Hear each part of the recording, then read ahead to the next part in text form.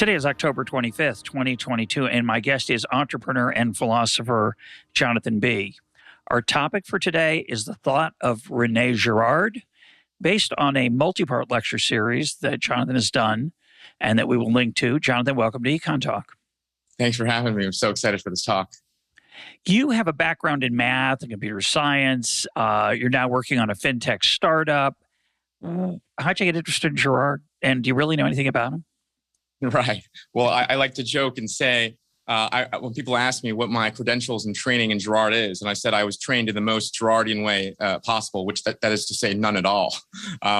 Girard himself was sort of trained in history in Indiana University, and before that he was trained as an archivist in France. But he was never formally trained in any of the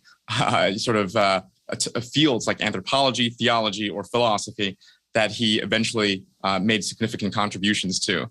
But I'll give you the sort of quick story. So I was brought up in China, where you're trained very rigorously in competitive math from a very early age. I continued that interest. I was a huge gamer as well. And that naturally tended me towards computer science. I started getting into coding when I was 14, 15. Ended up getting a full ride to Columbia to study CS. And part of the problem of going to an elite school, especially someone who's interested in computer science, is that there's a sort of Zuckerberg complex and everyone's trying to drop out as fast as possible to raise some money. And so I did a pretty good job. I dropped out my freshman spring, raised a small friends and family. Startup ended up crashing and burning. And the defeat was so total and internal that I was really forced to introspect. I mean, coming from an engineering and mathematical background, I wanted to sort of debug myself in the same way that I was taught to debug applications. And that, philosophy was the API document of the human soul, if you will. And so that's how I got into philosophy. I was really interested in really two strands of theorists. One is Buddhism. Maybe we'll bucket that. Maybe we'll get to that today. The other strand is a group of continental social theorists called the, or what my professors like to call the recognition theorists. And there's really three traditions here. One tradition is the Scottish moral tradition with Hume and Smith. One tradition is the German tradition, most notably Hegel, and obviously the French tradition with Rousseau, Sartre, and I include Girard in there as well. And I think what's unique about all of these theorists is that they see humans as fundamentally social creatures, not as individuals who can reason by themselves, who can form desires in a vacuum, so to speak, but people who are helplessly penetrated at all times by subjects around them, or mediated through history or perhaps something like literature. And that was the essence of my problem. I think the essence of a lot of the problem of people who get into these elite colleges, which is you're very prestige-seeking, and fundamentally, that's one easy way to sum up the problem there is that yourself exists externally, right? And so there's a big disjoint between what you really want to do versus the expectations you feel pulled very much to. And so these thinkers, and Girard in particular, was my way to sort of climb out of that hole, so to speak. Recent episode with Agnes Calorie that has not aired yet, so you have not heard of Johnathan, but she starts off by saying that we start off pretty ignorant of the world. No one hands us a manual. And the first thing we do is we copy. We smile when our parents smile as a newborn, when a few months into our lives. We stick out our tongue when they stick out their tongue. And right. Copying is clearly an important part of learning. It's a form of practice. Right. But Girard kind of took it a little further than that. So what is mimetic theory? And that Girard postulated is I would say the consequence of our social nature. Yeah, so I think the core Girardian insight in the psychological realm is that there's really two species or two kinds of human desire. One he called physical desire, and the other he called metaphysical desire. Physical desire is a desire for utility, what objects can provide us in and of themselves. Metaphysical desire is a desire for identity, what the objects say about us.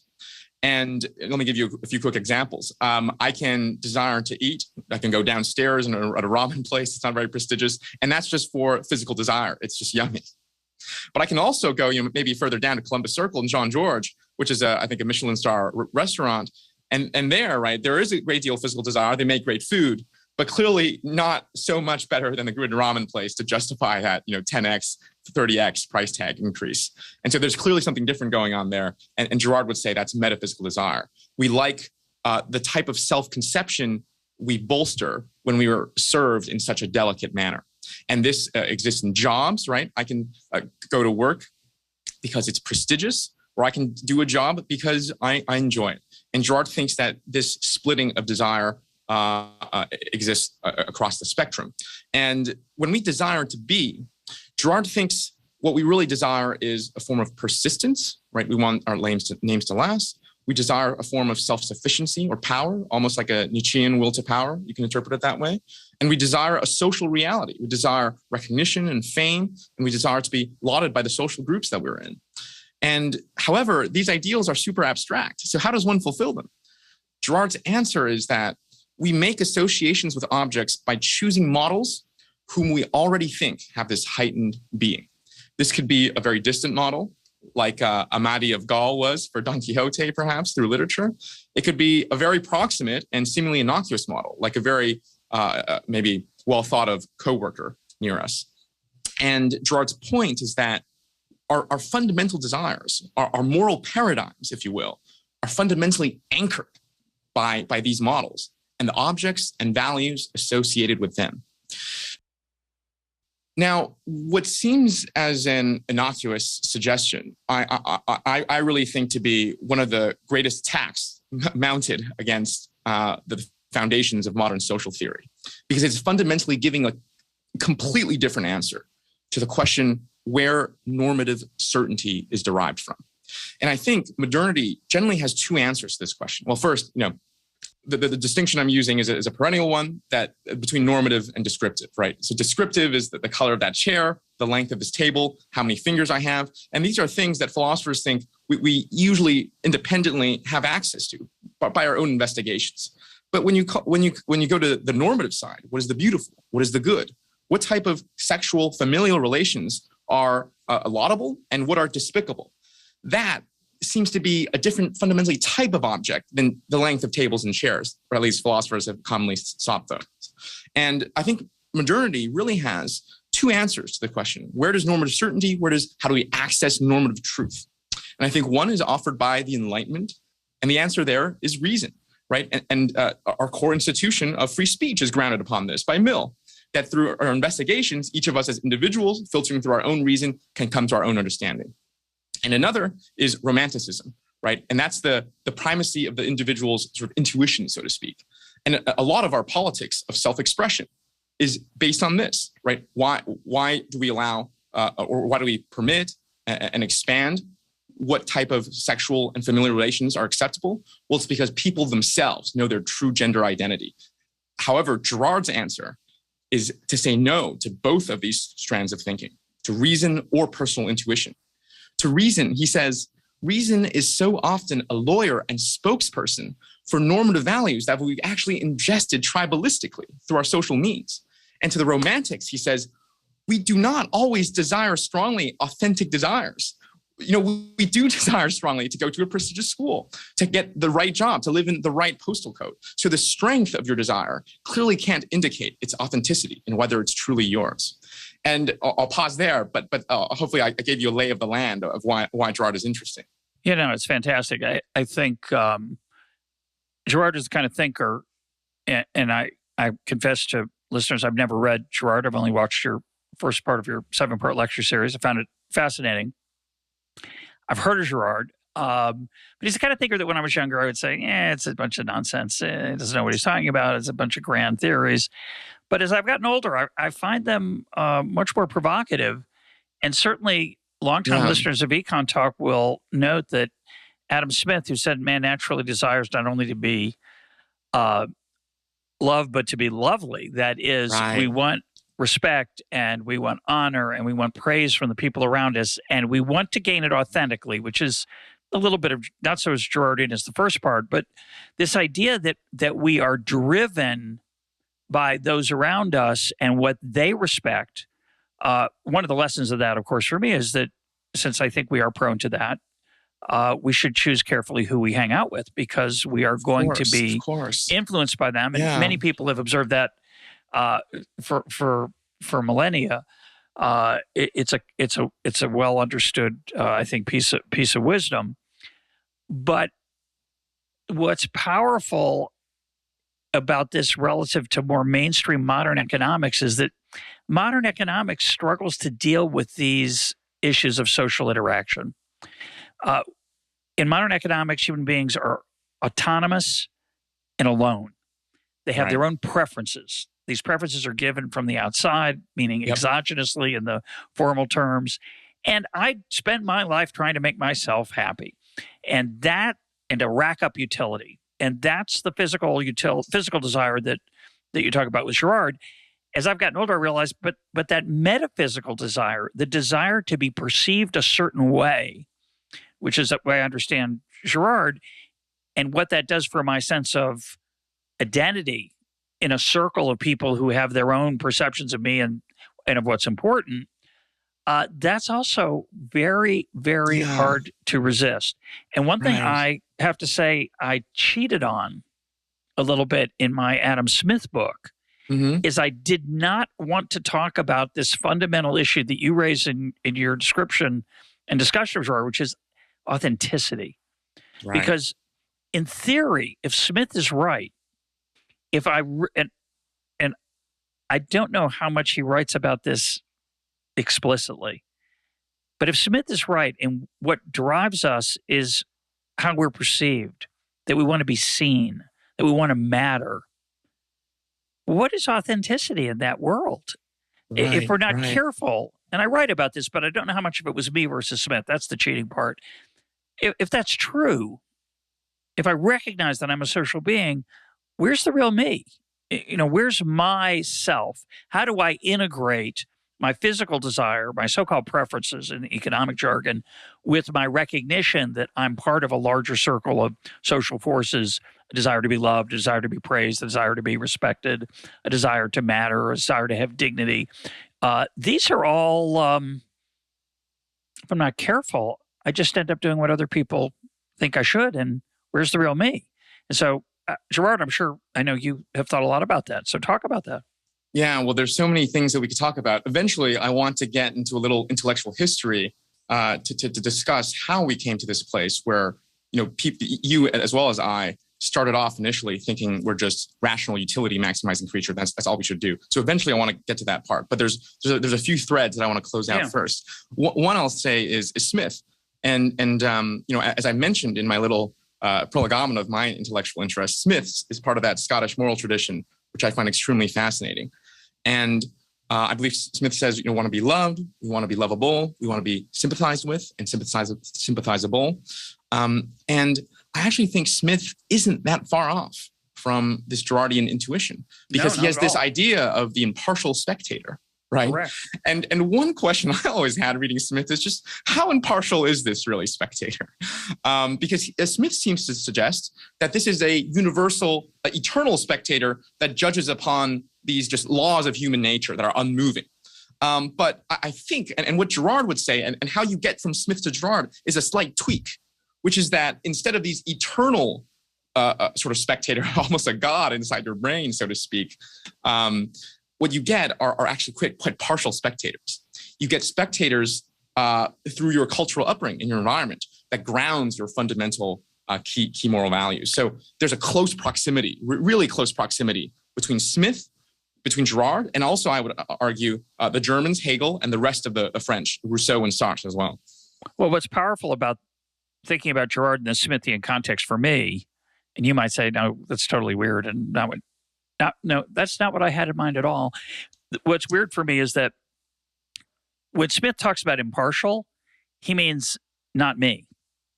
He means not on my side. And so therefore, that spectator is impartial. It's not my wife. It's not my best friend. It's a person objective. Well, what'd you say? I said objective, like exactly. A judge. Right. Exactly. It's someone from my circle who's respected, who is going to look at me with some objectivity.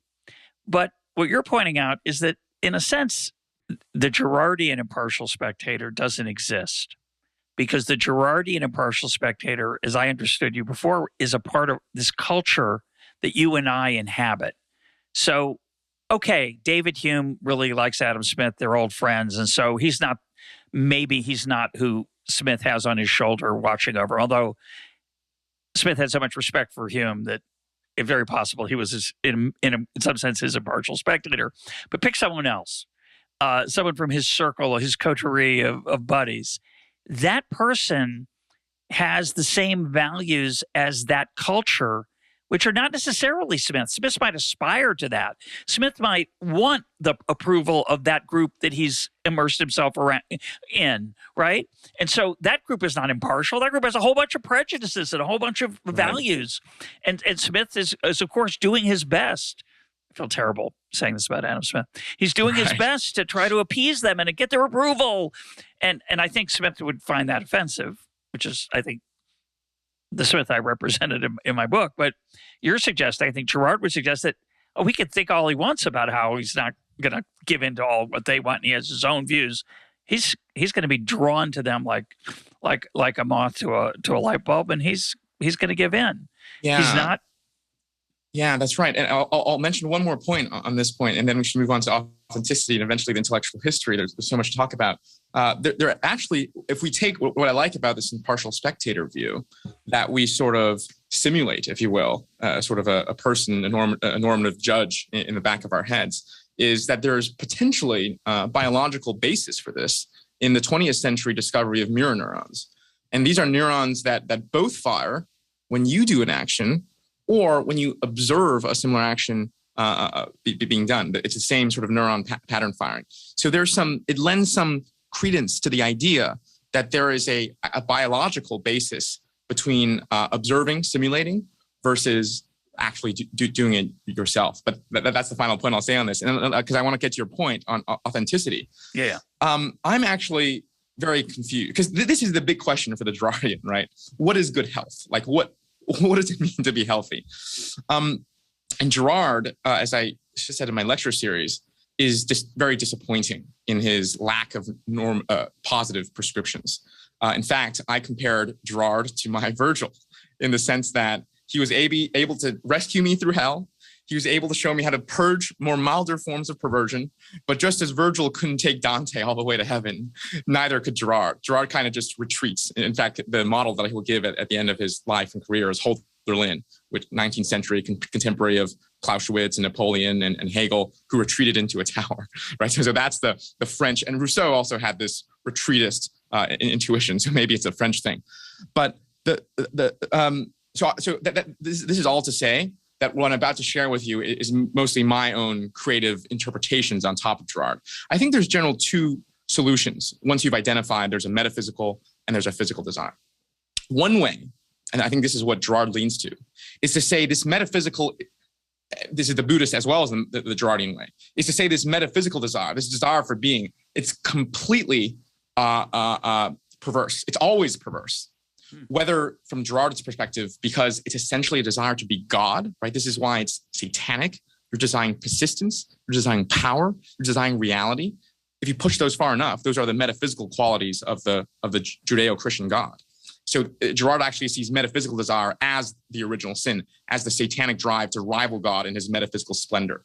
So and the Buddhists, right? We don't have to go into that, but long story short, these metaphysical qualities are not possible in the world, right? Emptiness is what permeates the world. So this is a fundamentally wrong sort of desire.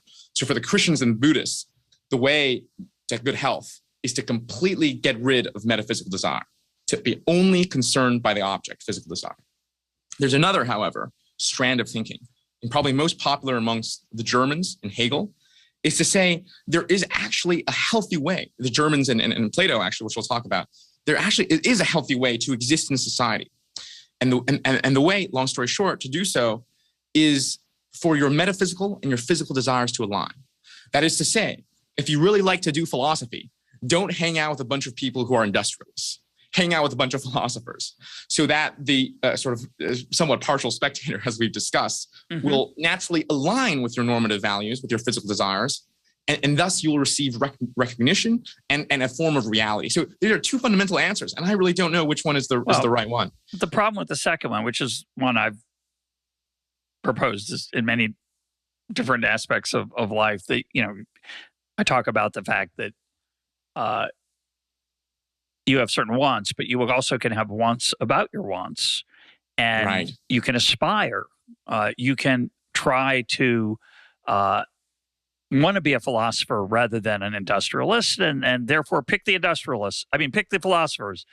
The problem with that, of course, is it implies that you have control over your desire to have wants about your wants. And I think there's some sort of infinite regress there for Girard, I suspect, where you're kind of fooling yourself into thinking that's something higher. It's for whatever reason you've fallen in with the philosophers. You want their approval. They're the people you socialize with. They're your partial spectators already. It's very hard to wrench yourself out of whatever your social environment is and do something different. The Jewish version of this, I think it's in the Talmud. It says, in a place where there are no men, be a man. And old-fashioned language, but what it means is, in a place where people have no values and are not high quality, stand against them. Don't be sucked in. And it's that outside set of values you bring to the table, in theory, that insulates you from that loss of authenticity of trying to earn the approval of dishonorable people. Right. That I think is what Smith would argue. It's what I think it's part of the Jewish tradition. It may be part of the Christian tradition. But I assume Girard would say, you're just fooling yourself. You can't do that. You're stuck with this. Real authenticity is an illusion. And I should just add, at the end of your lecture series of part one, you point out that this is dangerous stuff. This can be hard to come away normal after you've been exposed to it. And I feel I can sense it a little bit. It's hard to maintain your sense of authenticity. Right. It's better to be aware of your susceptibility to social pressure, but eventually, if you're not careful, you start to think it's not even possible, and you just there's really no road. I think that's the mark of maybe to take the conversation a bit more meta, of a good philosopher, right? To really challenge you so much that you think the rug is being pulled underneath your feet.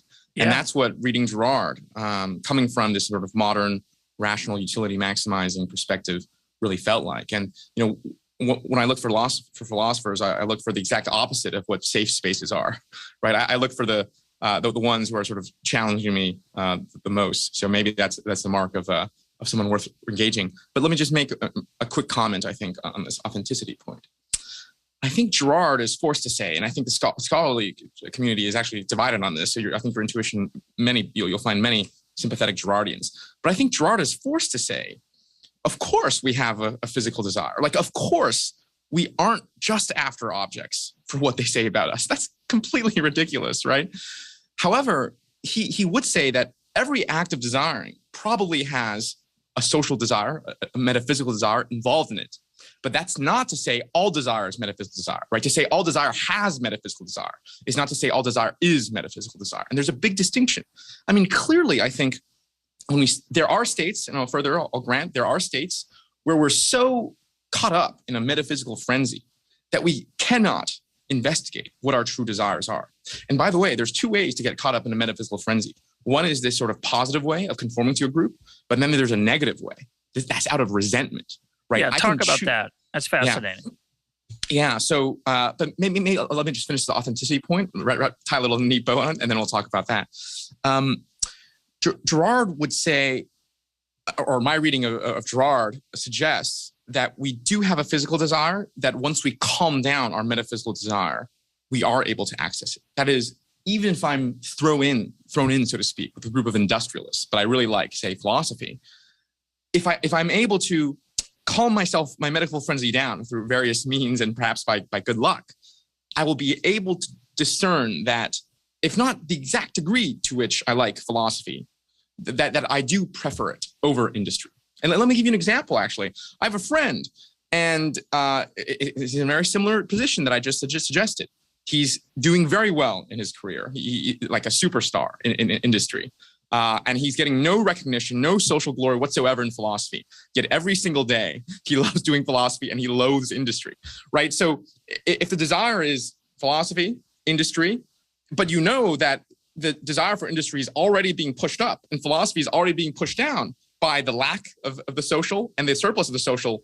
If you can't tell what the sort of real absolute amounts are, you know that their real weighting is even greater, right? So my reading is that you still can access your physical or authentic desire if you calm yourself down. And I think it's a bit ludicrous to suggest that no one can. But let me get to this negative mimesis part, because this is just as frequent and possibly even more interesting than the positive, which is this, right? Think about the logic that I just described.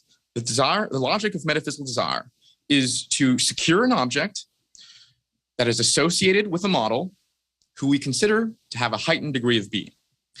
Now, the mere inverse of that logic is this. We want to be distant from objects associated with models that have a deficiency of being, right? In high school, we both want to wear the brands that the cool kids are wearing, and we also want to make sure we never wear the brands, never go to the shopping malls and the places that the social outcasts are going.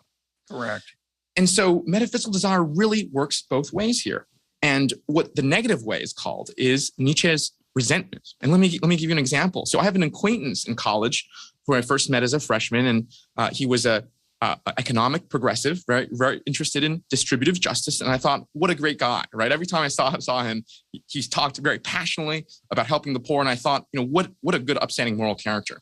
And as I got to know him more, he confessed to me that his progressive economic leanings were not due to a universal love of the poor, but a localized hatred of the rich.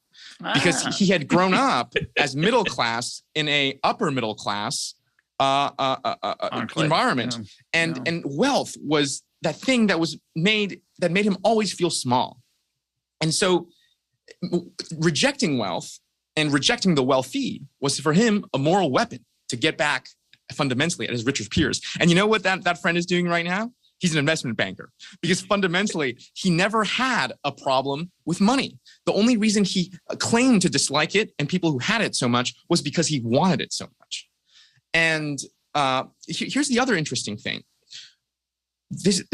Continuing on Girard's attack of romanticism, the sort of naive and simplistic picture, because we're short on time, of romanticism is that we have this authentic core, and then we have these layers of social restrictions labeled on it. And all we have to do to be authentic is to leave the group, right? To peel back these social layers. So when I asked my friend, well, isn't that crazy? You just told me that you didn't really believe in progressive economics for itself. You did it out of a sort of social conformity. And his answer was, how was I conforming? All of my peers were economic conservatives. I was the only economic progressive.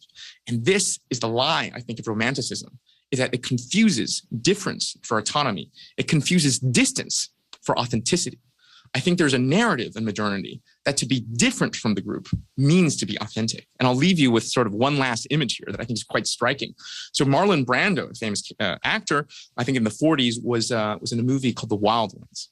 And he's dressed in this really cool leather jacket. He's clearly like this rebellious, sort of like late 20th century figure. And then a girl goes up to a bar and she asks, "What are you rebelling against?" And he says, with a smug grin on his face, "What do you got?" Right? He doesn't stand for anything. Doesn't care. Yeah. Whatever you give in front of him, he's going to rebel against. And I think a sin is too strong as a word, but I'll use it. A sin of modernity is to rebel with no less rigidity to tradition as the Confucians of old, or maybe the Christians of old, conformed, just simply for the sake of conformity to tradition. And so that is the negative phase of mimesis. Yeah, tell the and again, we haven't said this, but mimesis is just a fancy word for imitation. Right. And we're talking about people who imitate those around them. It's complicated. Some of it is because they want to be loved. That's the sort of Smithian, the dark side of the Smithian vision. But I think Girard's view is simply that that's the way we're made. We're drawn to these people who have this, as you say, this elevated level of being or a strong, powerful identity. And we have this urge, we're drawn like a moth or a magnet to to imitate them, not to say I want to construct their life per se, or go to school where they went, learn what they did, achieve what they did. I want to look like them, which is the, in many ways, the worst kind of conformity. But talk about the dinner party where the person's wearing the $5 T-shirt, because I think that's a nice example of the anti-conformity is just really the same kind of thing. Right. Yeah. Before I go there, if I can elaborate on one point we're making on imitation, is that I think, I don't think you're saying this, but I'm just clarifying for our audience.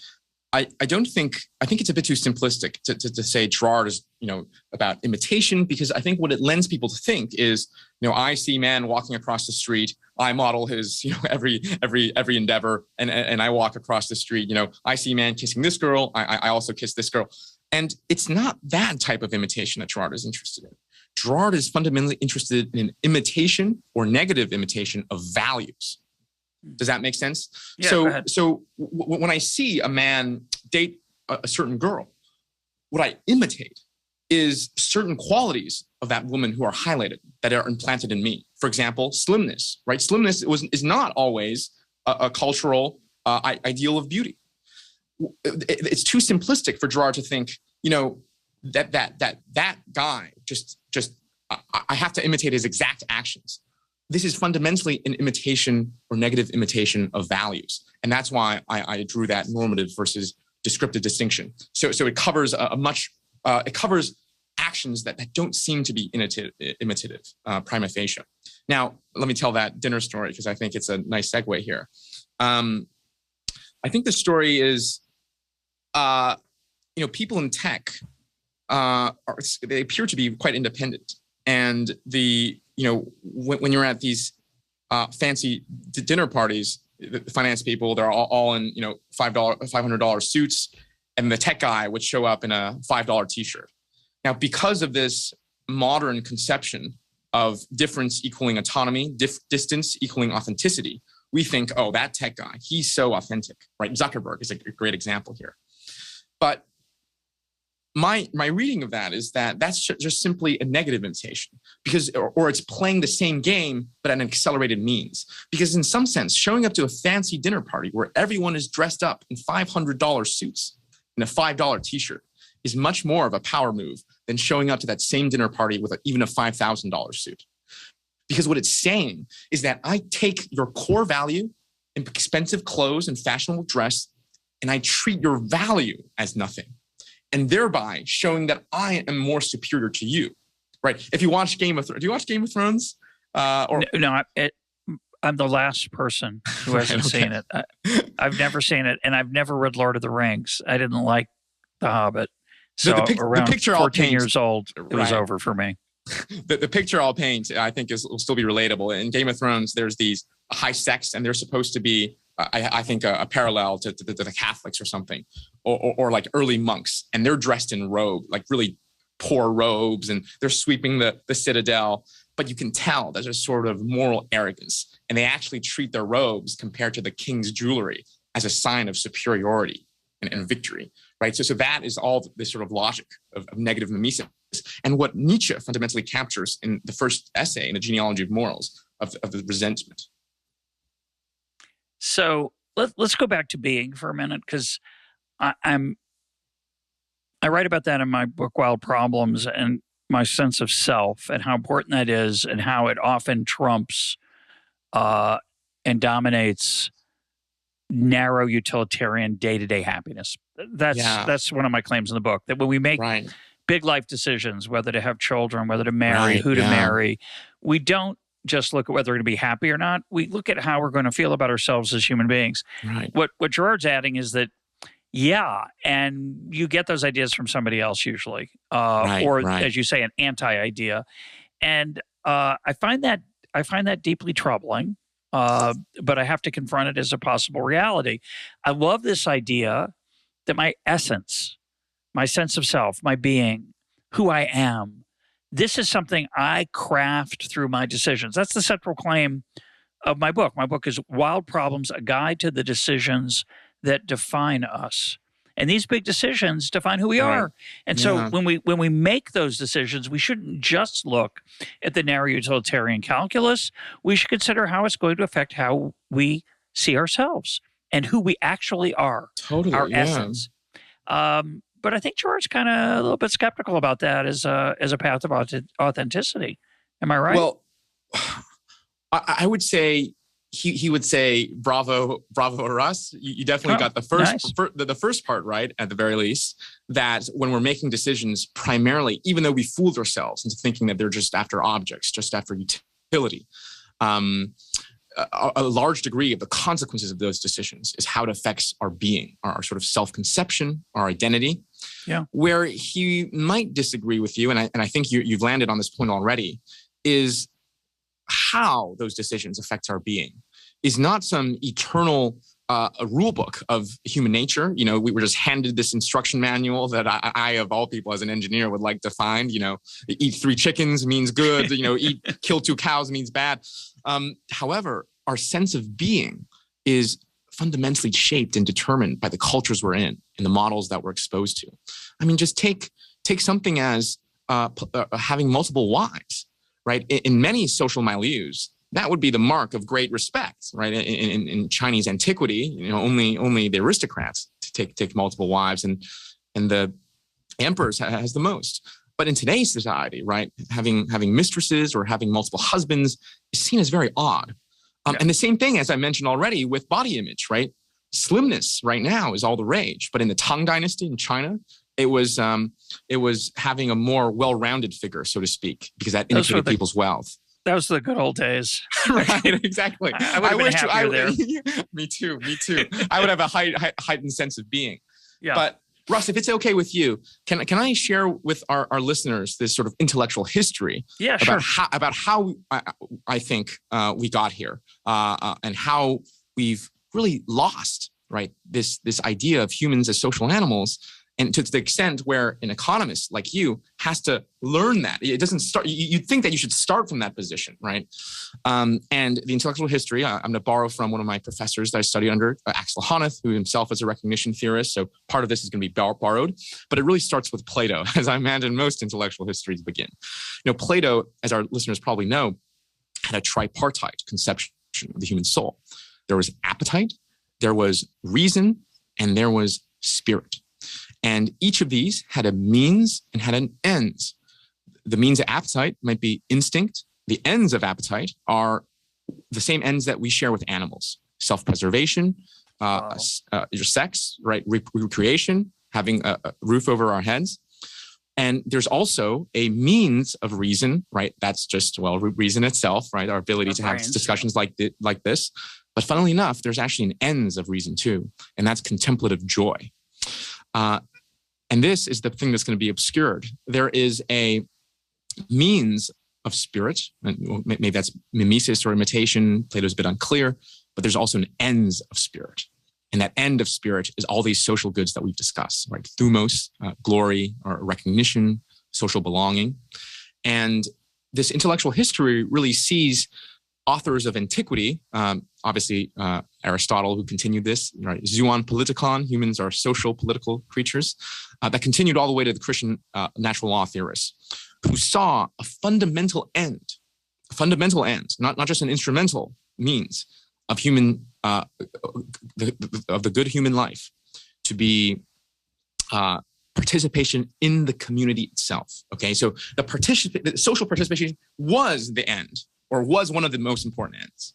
Now, my professor sees the radical break between the social history in Machiavelli, who saw people as fundamentally egocentric, and most importantly, for him, social participation for the ruler was not the end in itself. It was not the joy to be seeked. It was merely an instrumental means for appetite, for the ends of appetite, for self-preservation. Does that make sense? Do you see how the ends of spirit have been obscured? For Machiavelli, participating in the right type of polity was not an end in itself. It was merely the social means was merely a way to serve appetite, for your self-preservation, for gold, for utility. And if Machiavelli was the first person to inject this into the Western philosophical tradition in a significant way, then Hobbes, so this intellectual history claims, would be the one who codified it as the ground of political theory. Hobbes, of course, had this famous idea, a thought experiment of him trying to justify, the state and trying to articulate what the state's responsibilities as well as rights were. And he came to view this idea of a battle of all against all, right? That's for Hobbes, the default state is a sort of antagonistic social all-out warfare where people are after each other. And you and I's appetite are not preserved. You and I are worried about our food, our self-preservation. So for Hobbes, the legitimacy of the state, the social contract by which people enter into, was fundamentally to protect appetite, to protect people's self-preservation. And that's why in Hobbes, you only see a very negative and limited sense of freedom, right? Simply a sort of physical freedom. You're not being chained to the wall. It's not this Hegelian freedom that's super positive and has all these requirements. And to this genealogy, or to this, intellectual history, I want to add one more thinker, and that's Smith. Now, I think it would be totally wrong to say, Smith didn't have the social conception in view. Theory of moral sentiments. He did have this deeply social conception in view. However, as you well know, in his economic theory, when he tries to explain how we came to this magnificent political economic development of the free market, his answer is our propensity to barter and trade and exchange. It is not from the benevolence of the butcher that we expect our daily meal, but the concern for his own self-interest. So at least in important parts of the economy, Smith himself simply considers it as a way of reason to get the ends of appetite. So it's through this, I think, influential lineage of thinkers that we've completely ejected this idea of spirit, this Platonic third part of the soul.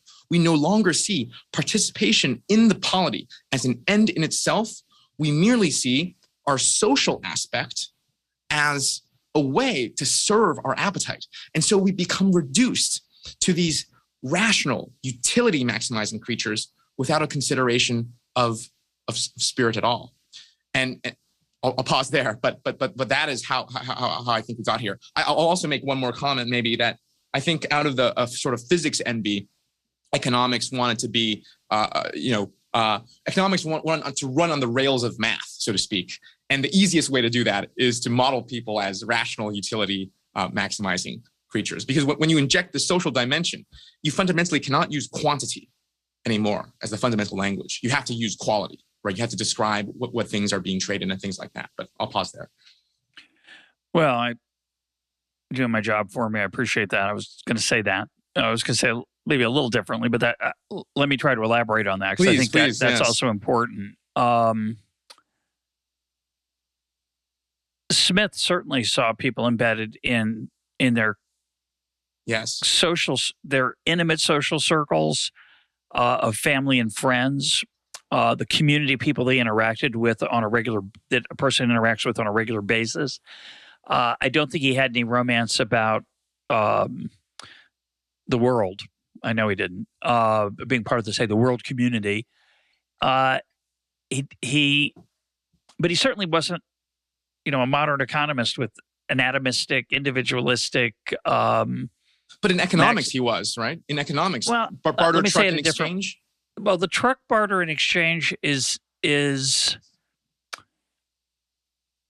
people are individuals. They do act individually. Yeah. Yes. I wouldn't say in his economics. I would say it a little differently. I would say it in his view of our commercial dealings. We look out for ourselves. Yes. But, if you pressed him, and he's not here to press, but if you pressed him, I think, and maybe it's in there and I just don't remember it, but let's talk about what might be called sharp dealing, driving a hard bargain, being maybe even a little bit not dishonest per se, but maybe not revealing everything. Right. In a commercial negotiation. I think Smith would recognize that if you did that and it became revealed later that you were not honorable and you hid something, you would pay a cost for it. You would pay a price for it, and you would not want to pay that price. That price would not be monetary. It's not just you wouldn't get a good deal later on. Right. It would be that you would lose the respect. Yes, you'd lose the respect to your friends. I see. Now, that's my first claim about Smith. We can come back and talk about it some more later. But I think this mathematical point you're making is quite important. starting around 1948, with Foundations of Economic Analysis and Paul Samuelson, economists longed to embed their work in physics-like mathematical structures that appeared to be, I don't think they are, but appear to be more rigorous than say, narrative-based, word-based structure of description of human behavior. And you can embed these social forces. Famously, Gary Becker got a Nobel Prize for it. His paper, The Theory of Social Interactions, his book, A Treatise on the Family. These were all attempts, actually, to take Smith and make Smith more rigorous. I was fortunate to see to be at a conference that honored Gary and his work toward the end of his career. And I asked him after that, after his presentation where he had responded to a bunch of different people, I said, or maybe somebody else asked him, I can't remember if I asked him or somebody else, but they asked him, which economist most influenced you? And his answer was Adam Smith. I think the second might have been Alfred Marshall, which was shocking.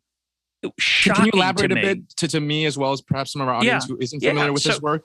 So Gary Becker was what's fun about Becker is that he took the idea of utility maximization under constraints, which is the modern economist toolkit for trying to understand human choices. That is, we like lots of stuff. We have preferences. We don't have enough money or time to fulfill those preferences fully, so we have to choose. We have to deal with trade-offs. Right. So that's the standard economist model of life. It's about racking up utility, being happy versus being sad. And there's a lot to life that is just very much about those things. That's the physical desire that we talked about earlier. But Becker took that toolkit and applied it everywhere. He applied it to marriage. He applied it to how many resources you gave to different children. He had an economic theory of suicide, and anytime you had the word economic theory, like the Economics of Crime and Punishment, one of his most famous articles, one of the most influential and insightful articles, it's basically says criminals are rational like everybody else.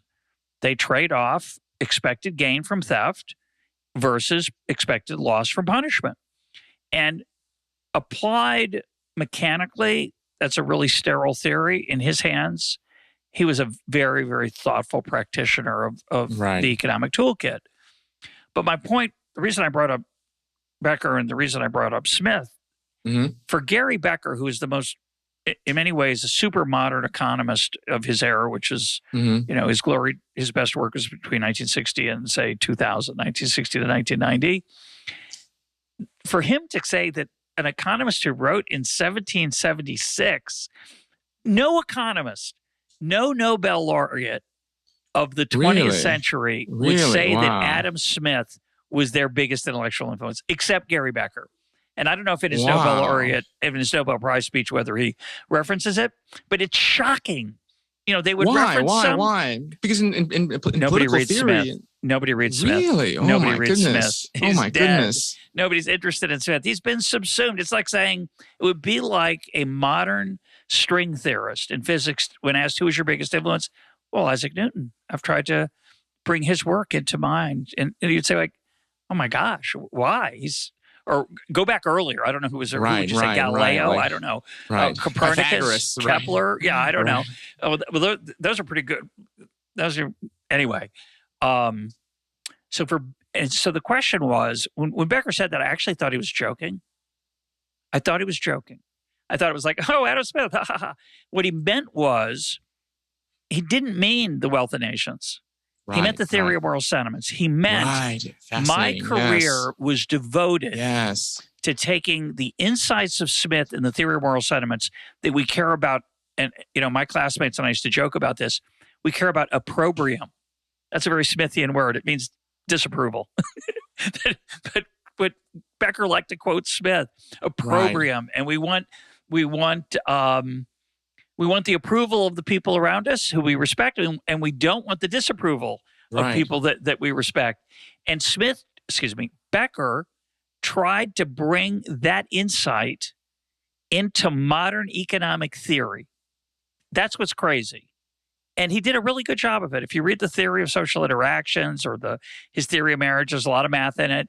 But there's some very thoughtful things in it. And in particular, when he tries to apply it to the real world, to data and to generate hypotheses, he is extremely nuanced and subtle in his use of the tools.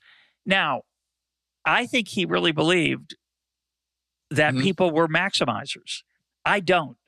It was hard for me to come to this realization that my advisor, I didn't agree with him. Maybe I'm not being fair to him.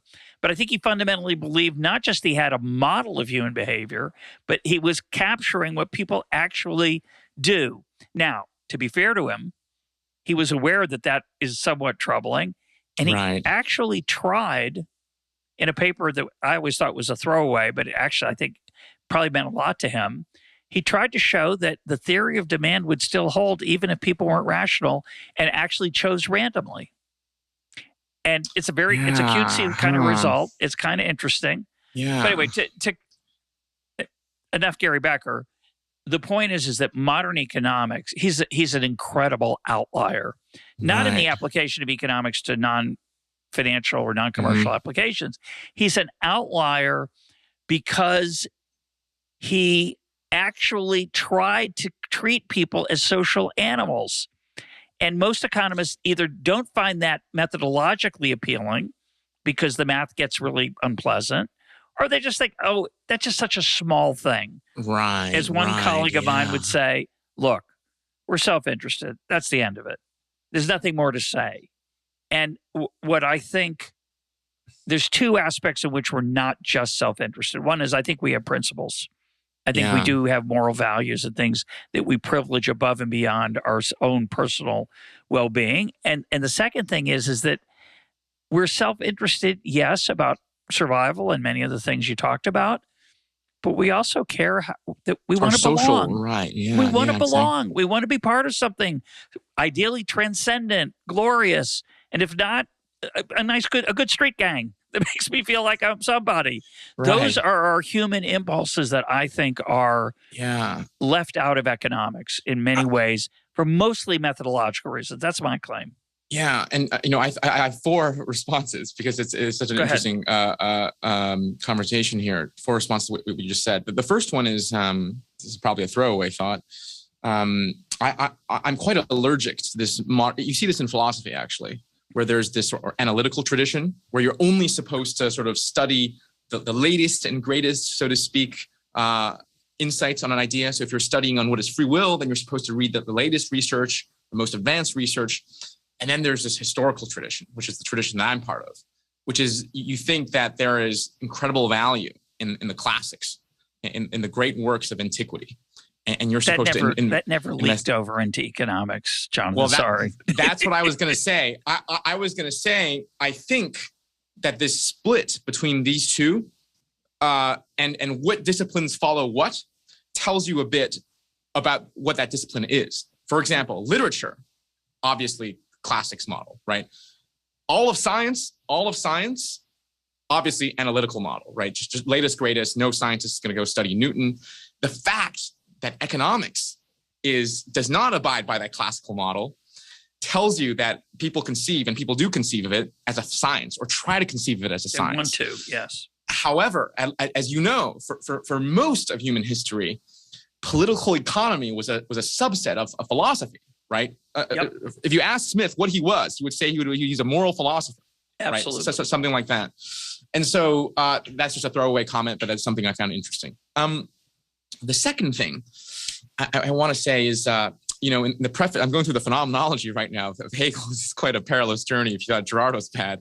That's a light read. Exactly. And he critiques types of thinking in the preface, if not that activity itself. So for example, he critiques mathematical thinking. Well, he doesn't critique mathematics. Mathematical thinking is applying quantity as the fundamental language to many things. And in a similar way, I have a great allergy to economic thinking, even though I'm very fascinated with economics as a discipline. So this sort of extending the boundaries, what your advisor seemingly did, in the economics of marriage, the economics of crime, I'm very allergic to all that. And I can't help but call to mind Immanuel Kant in his Metaphysics of Morals, where he modeled, quote unquote, the marriage as a contract of two people of the opposite sex to use each other's genitalia. Because, of course, Kant had such a contractual way of thinking that he modeled everything in that. And Hegel had a great response to this. He said that you're fundamentally misunderstanding what a marriage is. It's so much more than a transaction between two atomistic individuals who remain atomistic and alienated and distant.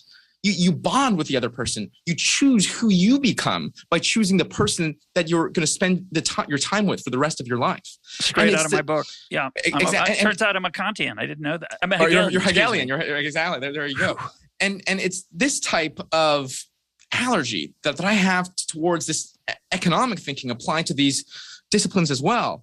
And I think what makes all of this Girard stuff, if it's right, extremely challenging for economics as it's structured right now, is it's not just, you have the sort of goods and services utility function, and then you have the being utility function, and then you can just model it mathematically as well.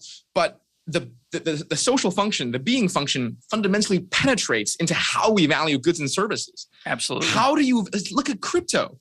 10 years ago, a coin was worth zero. Or like close to zero. Now it's worth $20,000. I haven't checked in a long time. How do you exactly? How do you fundamentally model something like that? And that goes with USD as well. Well, you can't model it quantitatively. You have to investigate it qualitatively. Is my conjecture. I'll say. Can I say one more thing? Sure. Can I say one more thing? As I sort of move up in the economic ladder, so to speak. I was an economic immigrant. I wouldn't have been able to afford school if I didn't get a full ride at Columbia. But as I've moved up in the economic ladder, it seems like when you go higher and higher, less and less is determined by economic utility. So if you're struggling for survival in a street cart, totally model that utility. If you're a multi-billionaire trying to determine what company to build, modeling off utility is going to be very, very difficult. As you get that is to say, once our core human ends are satisfied, and they're quite easy satisfied, right? Food, water, shelter. Most economic decision making, I think, actually comes from this social dimension that doesn't lend itself very easily to mathematical modeling. And the last thing I'll say is this: I think as we become more and more materially prosperous, more and more of our economy is going to be driven by spirit, and less of it is going to be driven by appetite. That is to say, more and more of it is going to approximate cryptocurrencies or people buying skins on World of Warcraft than it is me bartering 3 chickens for your duck because I'm on my last leg and my wife is going to die if I don't give her milk, something like that.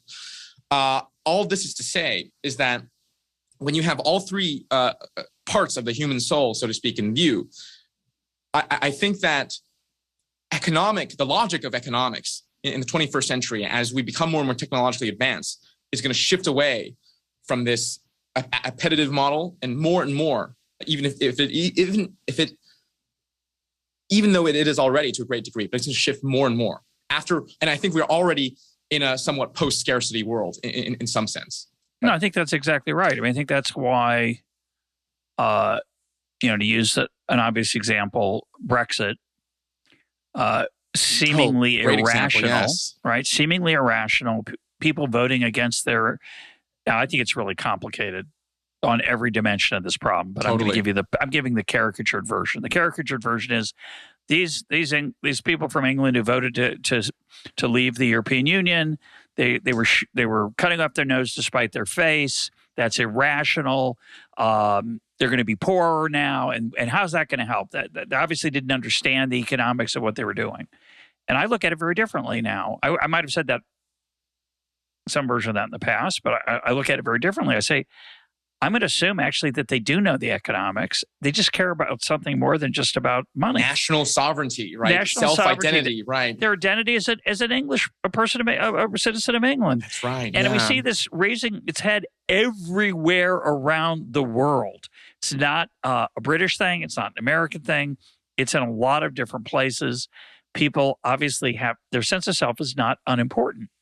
I don't know whether that's Girardian or not. It seems to be somewhat related. I want to come back to your earlier critique of economics, though, which is, again, straight out of some past econ talks, and it's also in my book, Wild Problems, which is that you talked about how being, the pleasure or sense of self, the value I get from that, gets tangled up in my utility, and vice versa. Now, the utilitarian will say, and there's a comment in response to my argument, oh, I'll just put it all in utility. I'll get utility from who I am. I'll get utility from my sense of self. And it's true, you can cram it in. I argue that it's just not that helpful after a while, and certainly it's not helpful mathematically. But, this critique really comes from L.A. Paul, the philosopher, and her vampire problem. The vampire problem is, I'm not a vampire. All the vampires I know are really happy. But it kind of is disgusting, drinking blood, but they seem really happy. So maybe I'll try it, but not all of them, maybe, but a lot of them. It works out pretty well for them. But will it work out well for me? I'm not so sure. And once I make the leap, I can't go back. And by making the leap, by choosing to become a vampire, by getting married, just to make a really horrible analogy, which she does and I do too, but to make that leap is to say, I'm changing my preference function. So the whole idea of economics changes, where not utility, the function itself, right? Yeah, exactly. What makes my heart sing is now suddenly different. So if that's true, what's the definition of rationality? The essence of the economist model of human behavior is that I have these fixed preferences and I try to satisfy them as much as I can. Now, having said all that, Johnathan, I have to say that it's really easy to take pot shots at economics and say, oh, it's got these problems. People aren't so rational. People care about other things. The fundamental idea of economics still applies in lots of places, as you alluded to earlier, not just the person with the street cart. And understanding those forces, I think, often is it's very helpful. But as you point out, as you get higher and higher in the economic stratosphere, what floats your boat is now very different. And it's not just, I have more refined preferences. It's radically different. The things that I care about change. And that's the modern world. That's fundamentally right. And I have a few responses to that as well. The one that I'll say is this fundamentally changing of the preference function. That is why I introduced mimesis, not as a simple imitation, but as an imitation of values. Right? That is the normative authority that fundamentally changes what you value. Right. Yeah. Again, crypto from going to zero, from being this like godlike thing that's going to save all of us. The second thing I'll say is that I actually think that you actually gave a pretty good. I know you didn't intend it that way, but I think a really good pushback against this idea that only the top echelons are motivated by spirit. Because as we know, Brexit is a nationwide movement. A lot of its supporters are much more grassroots, and Trump was also more grassroots as well. Poorer right? So people. Exactly. Not richer people. So, and the last thing I'll say before I go to an example is, I do think that economics tools are very important to study. I myself try to study economics. I hold it secondary to philosophy, but that's another conversation. And my point here is to know when to use what. Because, and I think you'll agree here, especially with the economics who are cramming everything into utility, they try to model everything by this utility maximizing creature.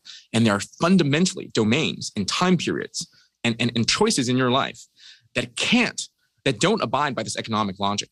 So I think economics is one tool belt amongst many. And when you model actors, rational utility maximizing actors, and there are transactions like that, that's what you should model it with. But know that there's this other part of the soul that's been obscured by modernity that has great pull and force that if you don't properly model it, you're going to invite disaster. And I'll give you an example since you brought up Brexit. And this is one I brought up in my lecture series as well. So I obviously grew up in China, and I moved to Canada at quite a young age.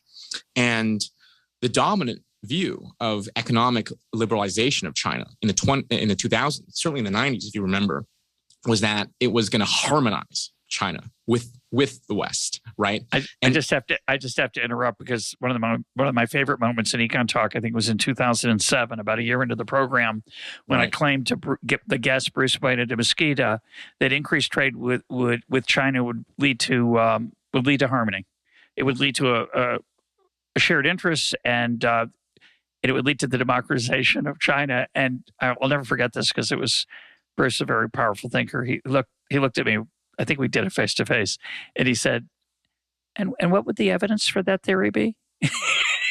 And I thought, "Oh, I guess I don't have any. It's just I don't know. Right. Prior, but a lot of people made the claim." It was the dominant claim. It was the dominant claim. And the reason that people made this claim, I think, is twofold. One fold is that the economic liberalization will increase like media liberalization, like Hollywood's penetration to China, and they would converge the values between the Chinese. And exactly, the idea goes something like, when the Chinese want to send their kids into Ivy Leagues and when they watch the NBA and they're going to share similar values with us and we're going to be harmonized. The second one, and this is really the thrust of the argument, is that the introduction of China as a powerful actor in the world economy would both lift the boats of the Chinese, which it did, and it would also lift the boats of the Americans through cheaper goods, which it did.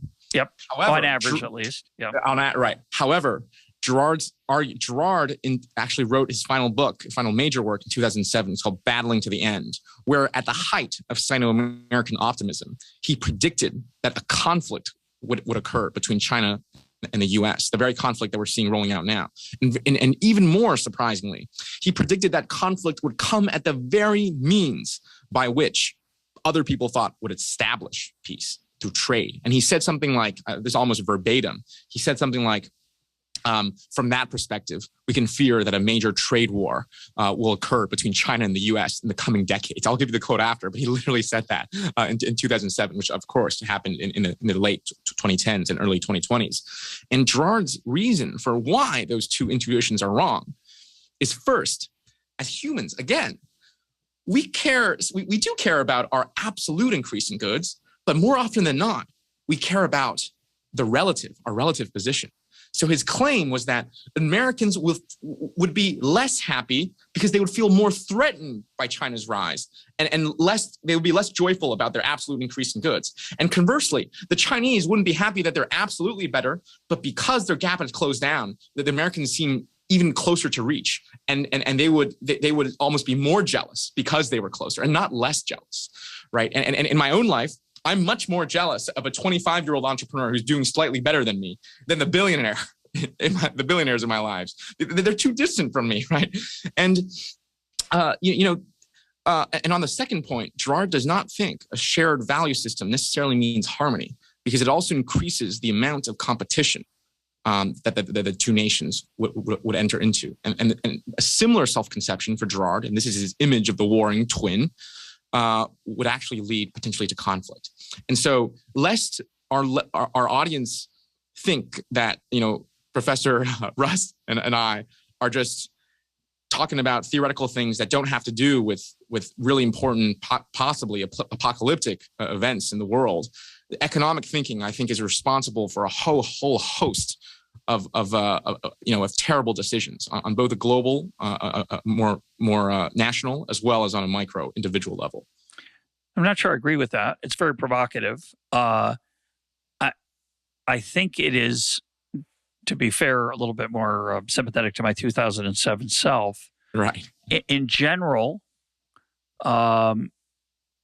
most economists believe, perhaps incorrectly, that trade reduces conflict on average, is a force for good. Right. And the argument there's a lot of empirical evidence on it, doesn't mean it's right, but people have tried to study this. The argument is that, we're in the same boat.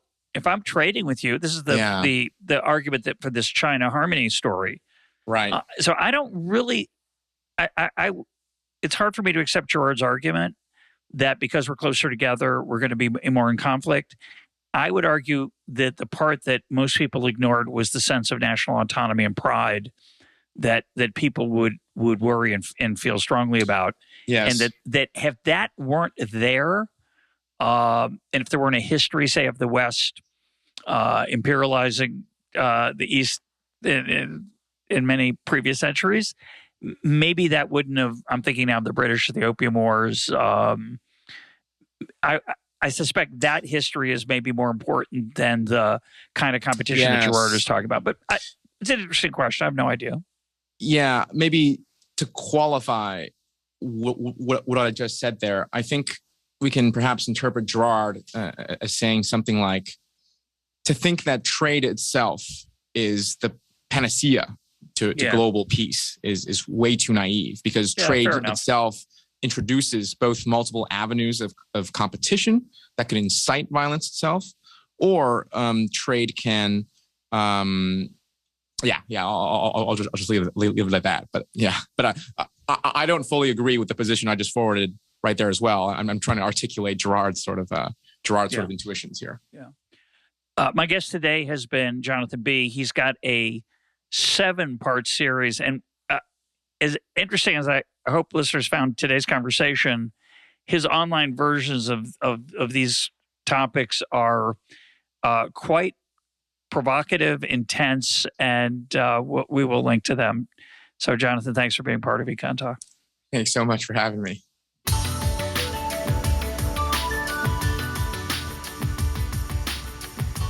This is EconTalk, part of the Library of Economics and Liberty. For more EconTalk, go to econtalk.org, where you can also comment on today's podcast and find links and readings related to today's conversation. The sound engineer for EconTalk is Rich Goyette. I'm your host, Russ Roberts. Thanks for listening. Talk to you on Monday.